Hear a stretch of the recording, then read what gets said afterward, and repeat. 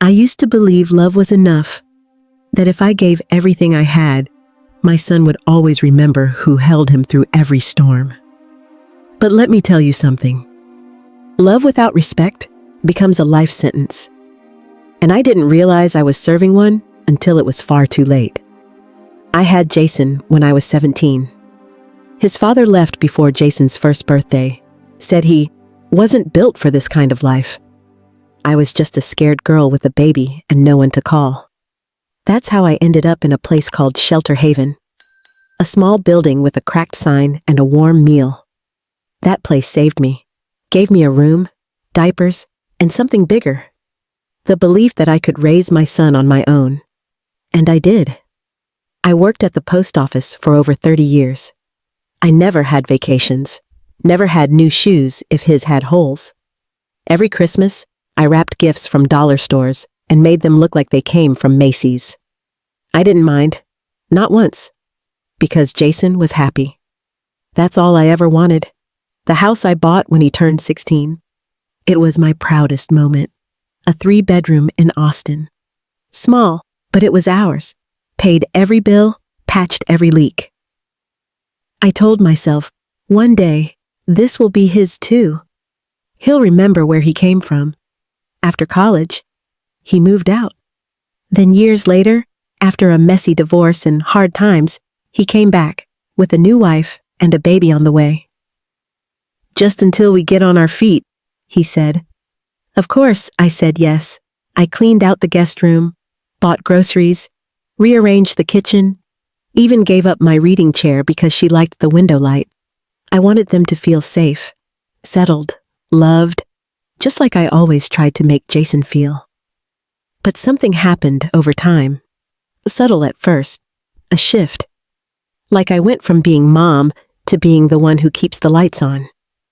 And no one even noticed I'd disappeared. At first, I didn't think much of it. Jason and Ashley had just moved in, said it would only be a few months until they got back on their feet. Of course, I agreed. That's what mothers do, right? But it wasn't long before the house didn't feel like mine anymore. They changed the living room furniture. Said mine was too dated. My soft blue armchair, the one I nursed Jason in when he was a baby, was put in the garage without a word. Family photos I had hung for decades were quietly taken down and replaced with abstract art. One day I walked into the kitchen and Ashley was filming a video. She was calling it A Day in Our Calm Minimalist Home. I was there, behind her, folding laundry. She didn't even look at me. Jason laughed it off. She's building a brand, Mom. Don't take it personally. But it was personal. They ate dinner without me. I cooked, I set the table, poured the drinks, and then I stood by the sink while they chatted and laughed like I didn't exist. I never sat down. No one saved me a plate. Ashley once asked if I could keep it quiet during her live streams while I was vacuuming. Jason nodded like it was a fair request, said I should maybe do that later in the evening. That night, I sat in my room, my new place of exile, and realized something painful. I was no longer part of the household. I was the help, the maid, the background. Jason started calling me MVP of the house in front of friends like it was cute. She keeps everything moving, he'd say, laughing, tossing me a wink. But behind that smile was something cruel. It wasn't love. It was dismissal. And then I heard him on the phone. Yeah, my mom lives with us. She helps with the small stuff. Ashley and I run things now. The small stuff, the bills, the groceries, the cooking, the memories, the pain. I raised that boy with nothing but grit and borrowed strength. I gave him everything, and now I was just small stuff. Have you ever felt that? Like the world you built, brick by brick, meal by meal, just got handed off to someone who thinks you're lucky to even still be there? If that's ever been you, I see you. Leave a comment. Not for me, but for every woman out there who's ever been made to feel like she didn't matter in the house she built. You're not alone, and no, you're not crazy. You're just finally seeing the truth. The night it really hit me wasn't loud. No screaming, no arguments. just absence. They were throwing a birthday party for the baby, his first one. I spent 2 days planning the food, baking cupcakes from scratch, stringing up decorations. The house looked beautiful. But when the guests arrived, Ashley took over. She told me to relax, so I stayed in the kitchen.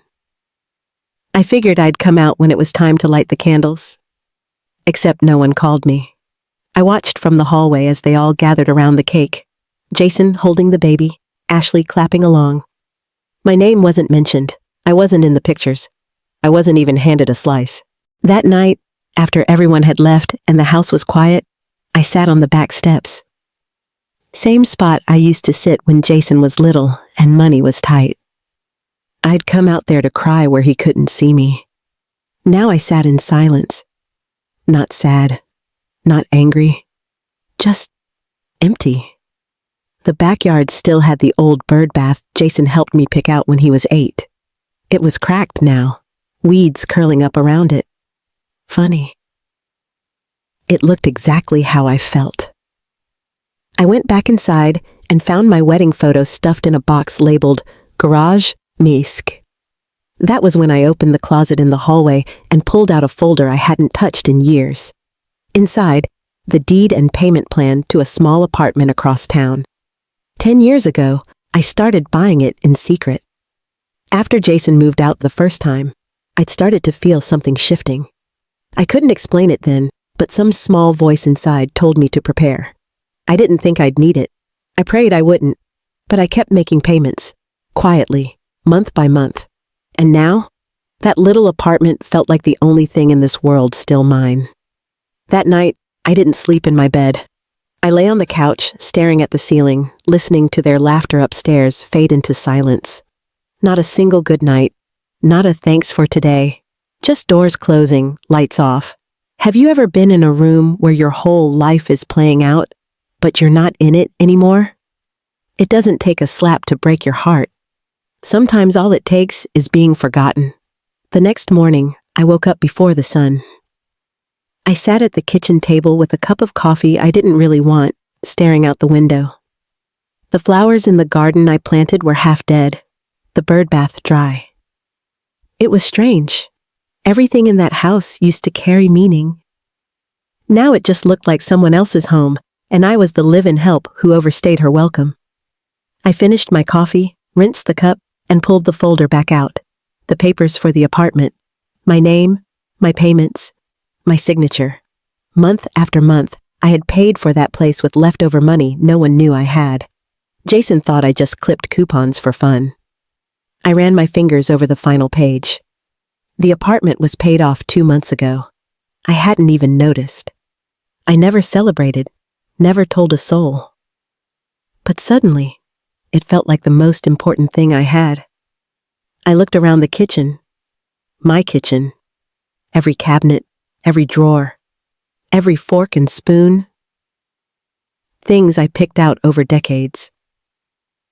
Now, it was her studio set, his comfort zone, but none of them paid for it. I did. That thought hit like a quiet thunderclap. I still own this house. They live here like it's theirs. Decorate it, pose in it, film in it. But the deed? Still in my name.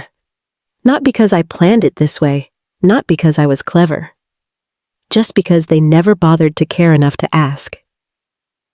"We'll get to the paperwork later," Jason said once. And I believed him. I opened my laptop, typed in the address for Shelter Haven. The same place that took me in when I had nothing but a baby and fear in my chest. I stared at their homepage for a long time, a woman holding her toddler, a line that read, "A safe place to begin again." I clicked, "Contact us." When they answered the phone, I didn't cry. I didn't stammer. I told them who I was, what I had, and what I wanted to do. "I'd like to donate a house," I said. Not to punish Jason. Not to be cruel, but to finally reclaim the space I built, with my hands, my pain, and my silence. Sometimes freedom doesn't come from leaving. It comes from knowing you can. And I could. I didn't leave in the middle of the night.